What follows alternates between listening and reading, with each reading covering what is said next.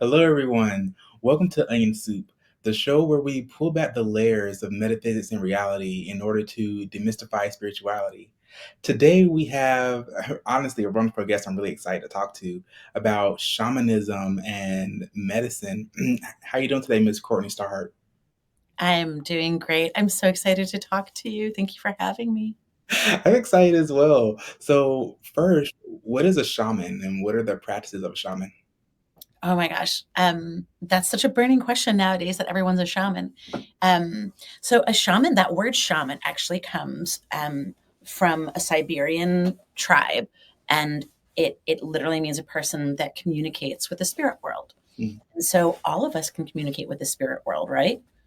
mhm. Um, I spent some time with Jose Ruiz, like Miguel Ruiz's son, and both he and Miguel will say, "Oh, everyone's a shaman. You have to contact your inner shaman." And like something in me was like, I wish you wouldn't say that, guys. I think that message is going to get mixed up. So now everyone thinks that they're a full blown medicine person. A medicine person and a shaman are two different things. A shaman is just a spiritual being. Yeah. Yeah. So when it comes to traditional shamanism and when you become an actual shaman, what are those practices like? And what was that practice like for you? Were there like any initiations or how long did it take? 1,000%. So when we start moving into the other word, which is medicine person, then that's specific to a tribal setting, Mm, right? So like somebody, somebody sitting in the middle of Amsterdam is still a shaman, even if they've never been in a tribe and they've never been initiated. They can be a shaman. Whether or not they should serve plant medicine is a wholly different subject. But mm. a tribal medicine person, whether it's Africa or Asia or North and South America, is someone who's initiated into a lineage of masters. And the belief is that the masters are still on the other side helping us. And we come, in my case, from an unbroken tradition. Now, Mm. that oral tradition allows you access to kind of like a vast cosmic library, like Mm. a Rolodex, so that when things come up, you have access to information. So basically, anybody can be a shaman, but not everybody can be a medicine person, right? That that Yeah. that's the difference. That's the line that I would like to lay down in the sand. And, yeah, it requires a lot of initiations. Like my elder, Patricio Dominguez, who's featured in Spirit Molecule, was Mm. initiated at the age of 5. We're usually pulled out from the mix of the tribe because we're a little bit different. So that might be determined sometimes by a strange birthmark, by an eye color, by different gestures or things that the baby does. Then the elders, the aunties mostly, will start looking at that child and watching them, and oftentimes will separate that child from the rest of the tribe so that they remain pure and connected to the Mm. spirit world. So are those like identifying marks? Is that something to do with like reincarnation? So perhaps is that child like a reincarnation of a previous medicine person or shaman, or why are they looking at that? We would think so. We would think so. We would think that the spirits on the other side would kind of give us the high five and be like, "Yo, hey, this one." Right? So, it could be genetic, and there are all kinds of juicy oral traditions about star nations, about star ancestors having mixed their DNA with us, so that like me, for example, I have like really green eyes Mm, and they were violet when I was born. And so when my grandmother saw me, she said, "Oh, I remember that there was this like old, what do they call it? Old wives' tale. mm, Uh, that babies who were born with purple eyes were star seeds and that mm. they came from another planet that our ancestors had originally come from." Interesting. I've never heard the term star ancestors. I've heard of star seeds. What do you mean by star ancestors? So do you literally mean about there's an extraterrestrial entity that came down to Earth and gave off their seed or essence to humans or Wait, offspring. that was so cute. Their seed or their essence? I was like, how do I say that without being too, Did they like did they procreate with the critters who are yeah. here? That's one version of it. And the other version is the more techie version that you'll hear like about the Anunnaki, where they genetically engineered things. But yeah, our oral traditions in the Southwest, and this is another advantage of being a real tribal medicine person, is you get the oral tradition, you get the ceremonies, you get the initiations, you get the connection from like standing with that elder. In my case, for 15 years. I mean, Mhm. I could have been a neurosurgeon at JD MBA. I don't know. I still think I could run the country better than the president. Anyhow, um, so yeah, the oral traditions say that the star nations came from a different planetary system. Interesting. So I don't know that I've heard the Anunnaki be brought up in the realm of shamanism, but I do know that there are a lot of. I mean, I'm not that versed in shamanism either, but I do know that a lot of the Aboriginal cultures around the world talk about there being extraterrestrials that came from a star system, namely the Palladian system. So, can you tell us maybe a story about, like an oral story about shamans talking about this? Sure, sure. Um, a lot of the traditions in the Southwest actually came from the knowledge that the Star Nations dropped. You know, some people call them the bird tribes, right? Because they came from above. Mm, Some people call them elder brother, elder sister. Um, but so one of the most interesting stories is that they had had some wars on their planet. It was a water planet. They had mm, high technology. They were very advanced beings, and yet, like, they fell into the pit of despair, as physical beings will do, with the battle between good and evil, dark and light. And some of them skittered out of their star system. They were in our planetary system. So you look at the Milky Way, like in the center of the Milky Way would be like downtown Manhattan. That would mm, be like the Upper West Side or something like that, right?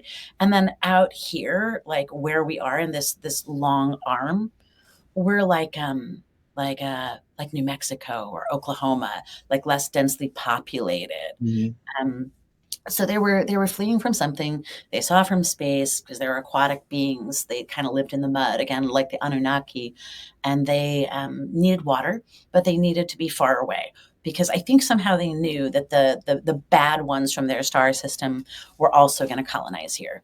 mm, Presumably, that would be like the Anunnaki who started, enslaving people and had weaponry and all that. These guys were like ET. They were like mm, super peaceful.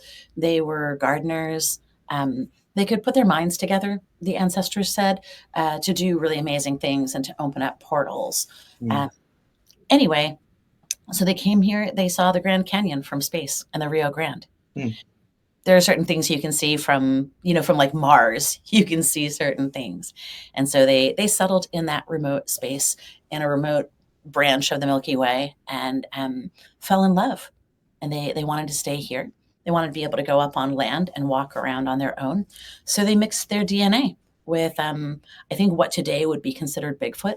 So mm, the humanoid whatever ape-like creatures, as they want to say evolution happened, mm, um, that branch kept on going, and they're supposed to be interdimensional beings with their own magic. Like the mm, Sasquatch can pop in and out of this dimension.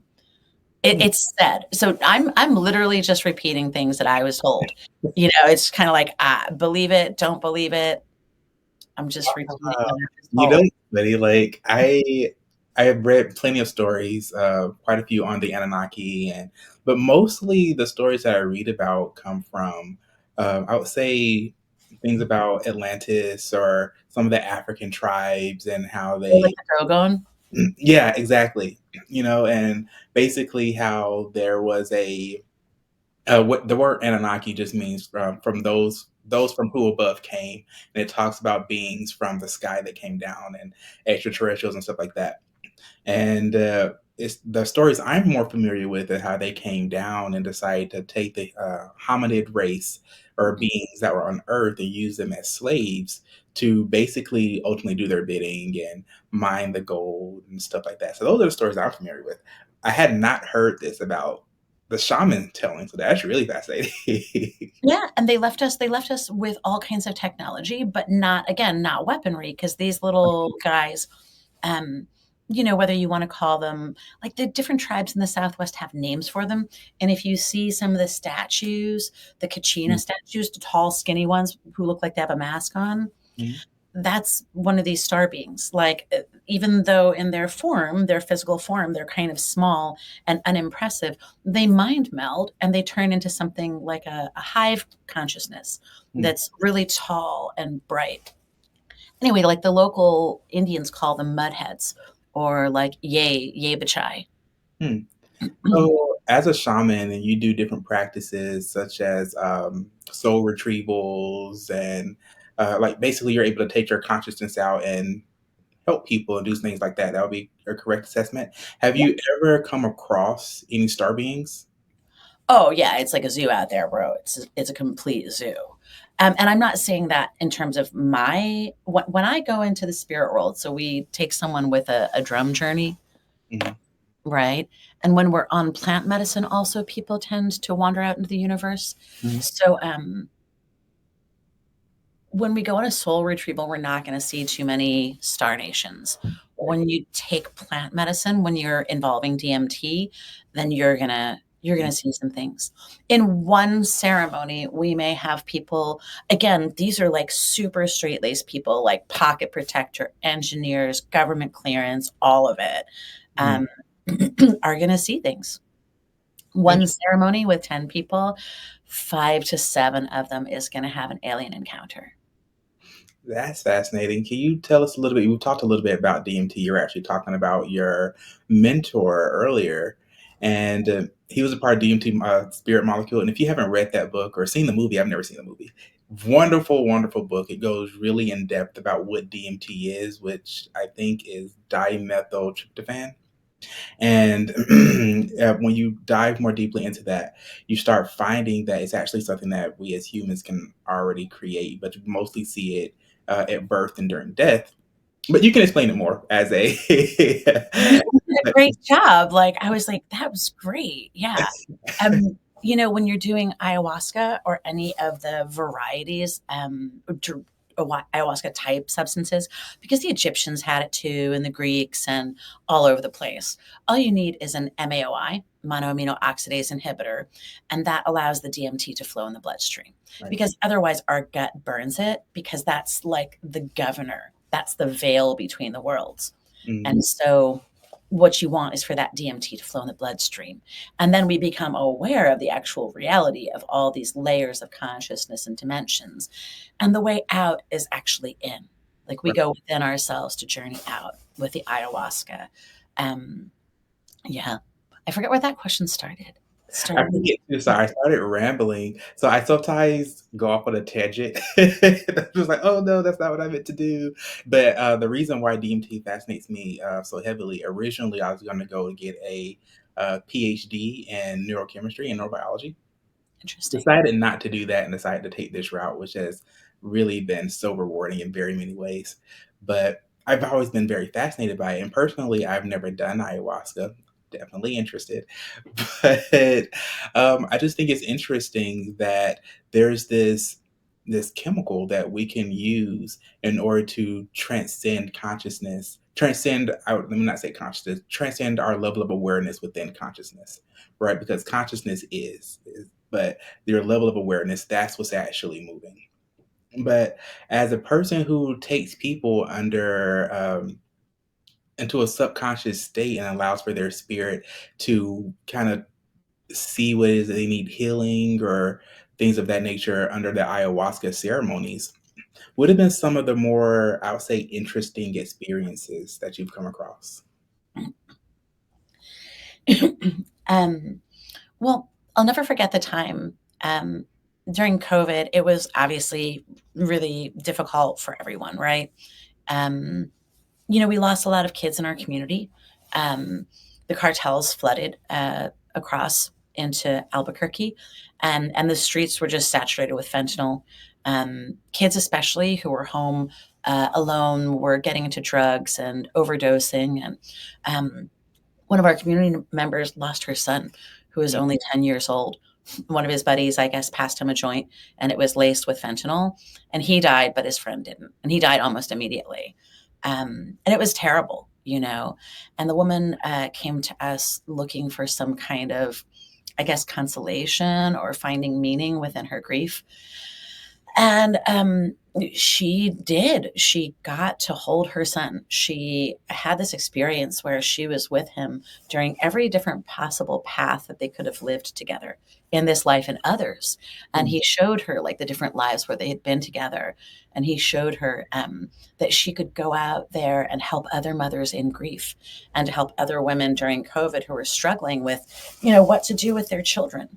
And we all have this, post epidemic stress disorder. And that's a lot of, what we started dealing with then is that was like the triage while people were blowing up. And, um, now we're still feeling the ripple effects of that.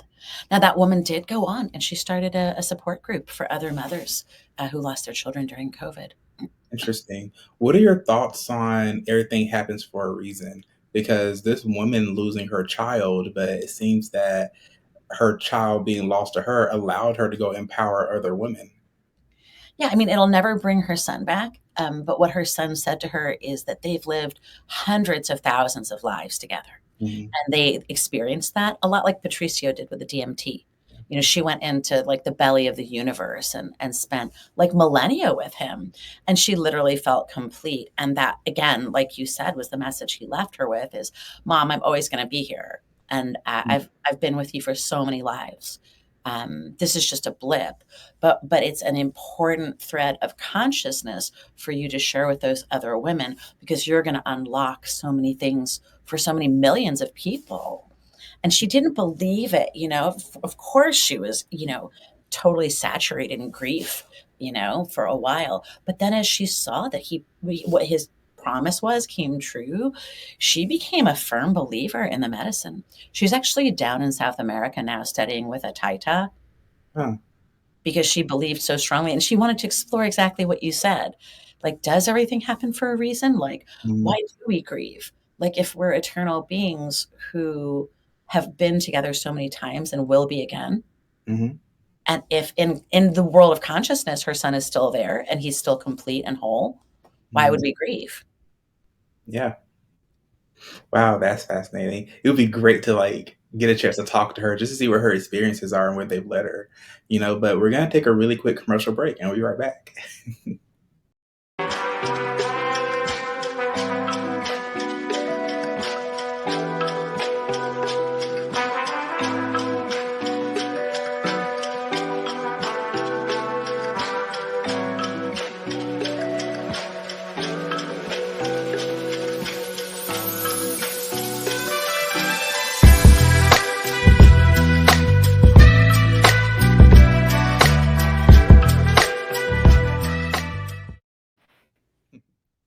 Hello, everyone. Welcome back. So we were talking a lot about the different type of practices that you have and the different ceremonies that you give. And one of them is a drum ceremony. Can you talk about what the drumming ceremony is and possibly give us a quick example? Yeah, of course. Um, in our cosmology, there are three realms. There's the lower, middle, and upper world. And this is consistent around the planet. I studied international relations and have a couple degrees in culture. And so I sat with people from all over the world in Washington, D.C., and studied and traveled. It's amazing how many things are in common. Like the scientific mind, if you were to look at it, you would be like, there is no way that these people all over the planet had the same belief system if it didn't already actually exist. Does that make sense? 100%. And so it's like the frequencies on, if you I'm gonna do a weird shaman thing here where I lift this up. You can see on the keyboard, right? There are different octaves. So why wouldn't there be different octaves of consciousness, right? It's all just sound and energy and frequency. So we have the lower, middle, and upper world all over the world. And what we do is we take people into the lower world, the underworld, Again, whether you look at it like the river Styx or Xibalba, like in the Maya context, we're going into the unconscious. And it's oftentimes we go down through a tree's roots in my tradition or Mhm. through a portal called a sipapu, which is it's remembered in every kiva in our ceremonial lodges, which are round. There's always a hole there that we push our consciousness down through, and we get into this underworld. And we get to be a real professional at it. Um, like here, this is a jade piece that one of my uncles carved for me. You Mm, can see that it's a jaguar. People think it's a C for Courtney, but it's mm, actually a jaguar nourishing herself. So she's my guide in the underworld. The jaguar Ish is the lady of the underworld. mm. But she's a bright being like Persephone, that type of energy.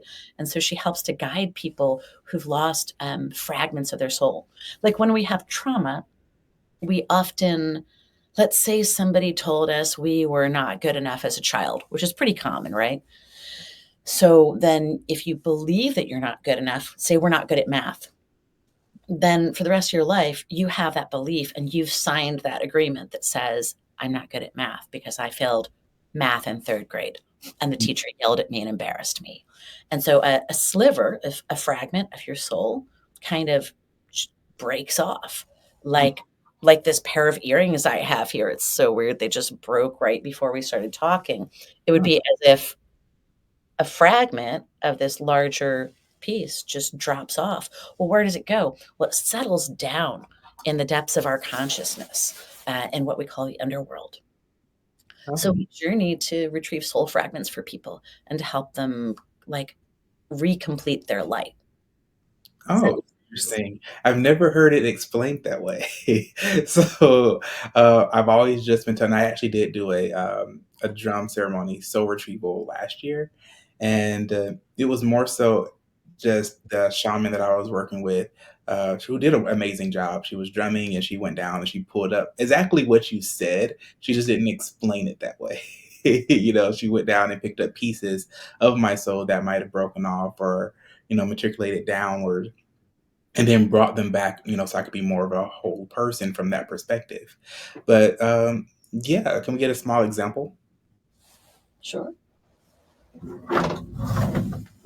This is a traditional drum from Taos Pueblo, which is where my ancestors came from uh, originally, a long time ago, and where my teacher's ancestors came from. So the idea is we have someone recline, a lot like with plant medicine. People will recline and have a journey. So, in my tradition, we don't do work for other people. We teach them how to do it. And Mm. then we're kind of like their tour guide. So, you would go into the underworld. I would give you instructions on how to. And then the drum would hijack your brain waves, a lot like plant medicine does.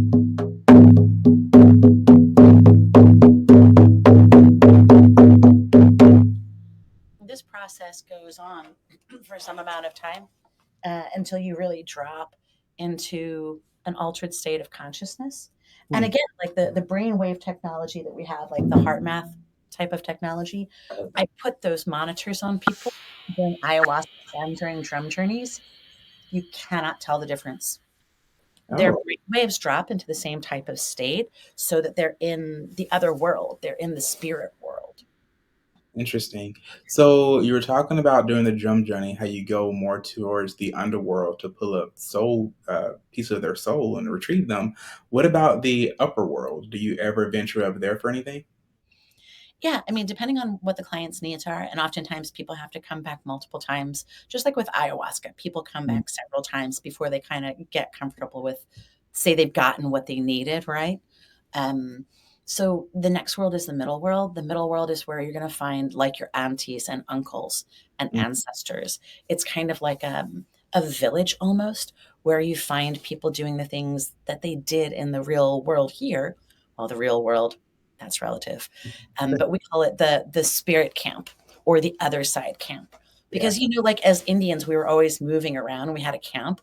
So in our cosmology it was like just on the other side of the horizon over there, auntie and uncle, they're still there, but they're in like a spiritual village where they're still planting corn and making tortillas and Mm. um, you do the things that they did, and you go visit them. And then oftentimes, like, you'll go into a hut, or like, again, like, I have Irish ancestors and French ancestors and Spanish and a lot of native. So when I go into the middle world, like, I don't know if I'm going to end up in an adobe building or in some medieval French like bungalow. Like, you really never know where you're going. But you go into these villages and you find people, and they sometimes you get introduced to ancestors that you didn't meet in this life. And Mhm. then there will be synchronicities in the world here when you get back that will let you know. Like, Hmm. oftentimes they'll give you a gift. One time they gave me a compass Oh, because they said, "You're lost, and no one taught you your native traditions. You need to know the medicine wheel. You need to know how to find your way, Mijita." And I was like, "Okay." So I took it from the auntie, and I came back, and somebody had sent me a gift in the mail. oh, interesting.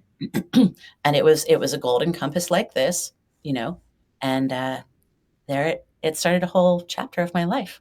The upper world is more spiritual beings, so that's where we're going to find like the star nations, angelic entities, different spirit guides, deities. Maybe like if you wanted to talk to like Thoth, you would go to the upper world probably. Although you could probably find his badass in the underworld too. I believe it. He likes to get around and travel. I mean, he's a god of knowledge and wisdom. You know, he's all around. But I love what you said about the real world being relative. So, because it is, you know, what's real to us is um, this is the dream world to a lot of other entities. I mean, time is so limited here, but that's pretty much all the time that we have for today. Oh my gosh. I know it just goes by so quickly. But I want to thank you so much, Miss Courtney, for coming on. Oh yeah, I'm so sorry I forgot to talk about your book. We're doing this thing called an elevated adventure, which is like an ayahuasca journey, but it's a group activity. So I do this both for corporate training, and also for adventures. I'm here in Long Island, and we're doing these elevated journeys. There's one coming up January 24th. We're going to be doing them every month, though. And I still have ayahuasca retreats. I do keynote performance. And because I want people to do well, I actually made this book on how to journey. It's kind of weird to drop someone into the spirit world without giving them a compass and like a little workbook to be able to map out where they're going. It's pretty vast. It's Yeah. it's a big cosmos out there. Yeah, I 100% agree. I think that a lot of times you have people, like we were saying earlier, when everybody's a shaman, you know, just because you're a shaman doesn't mean that you're educated and schooled on how to lead people through ceremony and through these different worlds and different realities. And it's very helpful to kind of have one, an idea of what you're getting into, but then two, kind of have, if not a spirit guide, read some, you know, some literature, some information about it. So when you get there, you're not completely lost. Yeah, I mean, it's like if you were going to Tokyo, wouldn't you learn to read some kanji at least, or maybe look at like a map of the metro, Right. something like you would do some research. And For then the best thing would be is if you could afford to have a top-notch, Japanese tour guide from Tokyo, then you would really be cooking, you know. right. You know, and with my experiences when my consciousness does leave my body during like astral travel, I would have to also say I've never um, consciously triggered an astral projection or astral travel. So whenever something like that does happen, it feels more like my consciousness is being pulled out by maybe a guide or an ancestor. And one thing that I was told during one of these experiences was if you ever need help, call and we'll help you. So I've been out on the other side or if I feel anxious or something, I would always just ask an ancestor or ask a guide and say, hey, I might need some help right now, or I can use a little bit of guidance. And sure enough, there's always a positive flowing entity that always shows up. It's like, hey, just right there to assist me with whatever is going on. It's usually because I have a question about something that didn't make sense. Yeah, and they're trying to connect with you and support you. For sure. But I want to thank everybody for showing up for this episode. And thank you so much, Miss Courtney, for showing us your knowledge and just sharing your thing about shamanism with us. Yeah, my pleasure. It's been so nice talking with you. They said everybody have a great rest of your day. Bye.